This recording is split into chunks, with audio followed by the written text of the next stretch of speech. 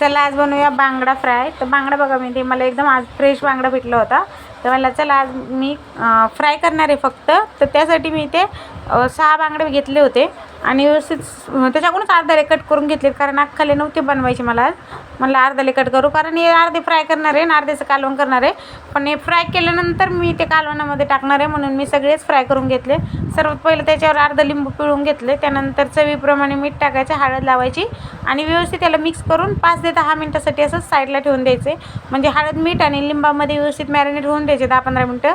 त्यानंतर आपण याच्यात घरगुती आपलं लाल तिखट टाकले आणि इथे बघा मी बाजरीचं पीठ टाकले. आज तुम्ही अशा पद्धतीने कधी फ्राय केली का मच्छी मला नक्की सांगा.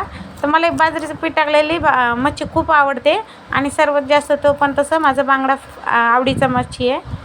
थोडंसं पाण्याचा हात शिपका मारायचा आणि हे मसाले एकदम असे व्यवस्थित याला मिक्स करून घ्यायचे. बघा, रवा लावलेला मला एवढं जास्त नाही आवडत, असं हे पीठ लावून असं बनवलेली एकदम छानपैकी आवडते.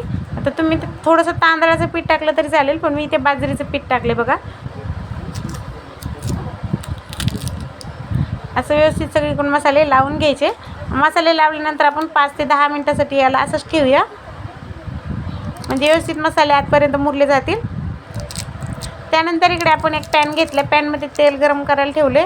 तेल व्यवस्थित गरम झालं की त्याच्यात जेवढे मच्छी बसते ना आपले बांगडे, तेवढे आपण टाकून घेऊया.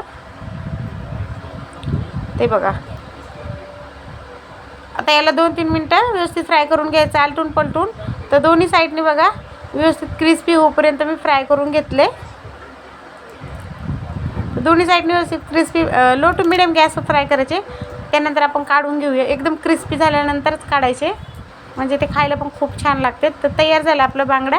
तुम्हाला व्हिडिओ आवडला असेल तर लाईक करा, शेअर करा, सबस्क्राईब करायला विसरू नका. धन्यवाद.